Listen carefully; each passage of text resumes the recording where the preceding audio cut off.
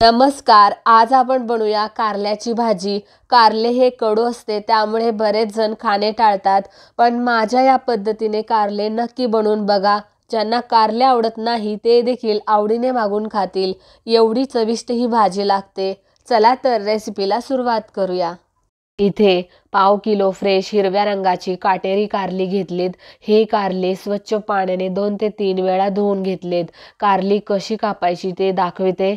अशी खरबडीत सुरी घ्यायची. यावरचा जो काटेरी भाग आहे तो सुरीने खरवडून काढायचा.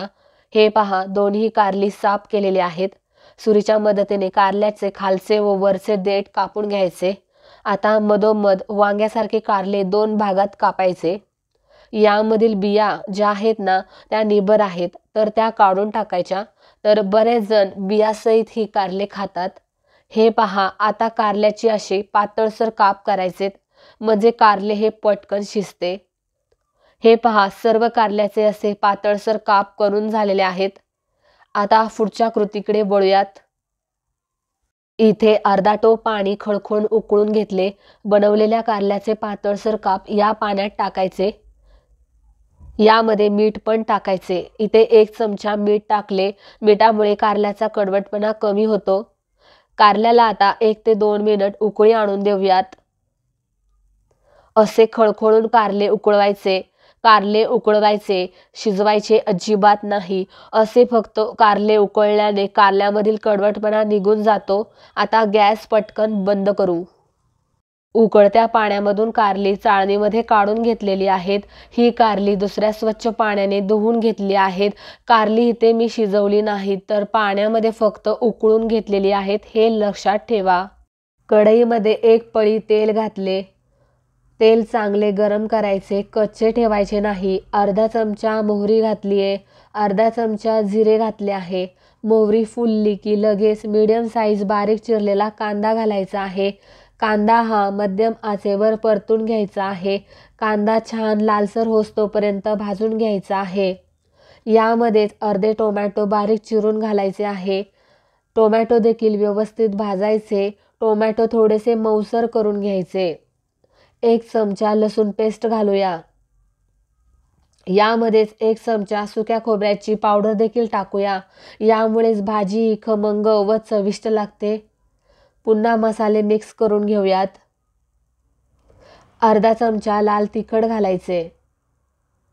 1 चमचा कांदा लसूण मसाला घालायचा आहे. कांदा लसूण मसाला हा घरचा आहे. अगदी पाव चमचा हळद घालायची आहे. हळद यापेक्षा जास्त नको, कारले कडवट लागेल. आणि थोडीशी कोथिंबीर घालायची आहे. मिक्स करायचे. मसाले हे एकजीव करायचे आहेत, करपवायचे नाहीत. गरज पडल्यास गॅस बंद पण करू शकता, पण मसाले अजिबात करपू नका. मसाले एकसारखे खमंग भाजल्यावर यामध्ये घालूया धुवून कोरडे केलेले कारल्याचे काप. मसाल्यामध्ये कारले हे मंद असे परतून घ्यायचे आहे. व्यवस्थित कारल्यामध्ये मसाला परतून घ्यायचा आहे. कारले थोडे परतल्यावर यावर चवीनुसार मीठ घालायचे आहे.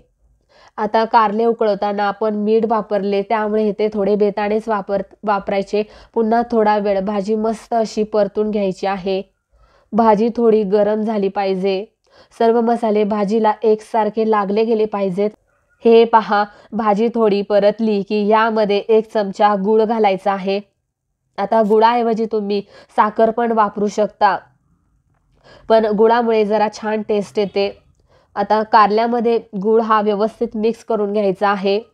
आता गॅसची आच ही मंदच ठेवायची आहे. यावर झाकण ठेवायचे. भाजी थोडीशी मऊसूत अशी शिजू द्यायची आहे. परफेक्ट. हे पहा, 5 मिनिट झालेले आहेत. गुळामुळे भाजीला पाणी सुटले. गूळ कढईला पहा लागू नये म्हणून पुन्हा एकदा असा हलवून घ्यायचा आहे.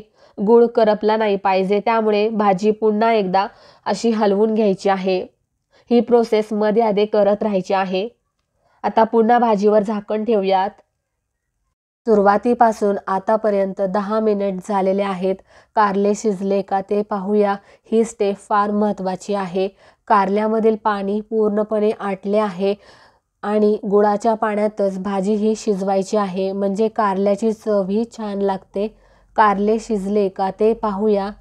आता कारले असे सुरीने दाबून पाहायचे, तर बघा सहज दाबले जाते, म्हणजेच भाजी परफेक्ट अशी शिजलेली आहे।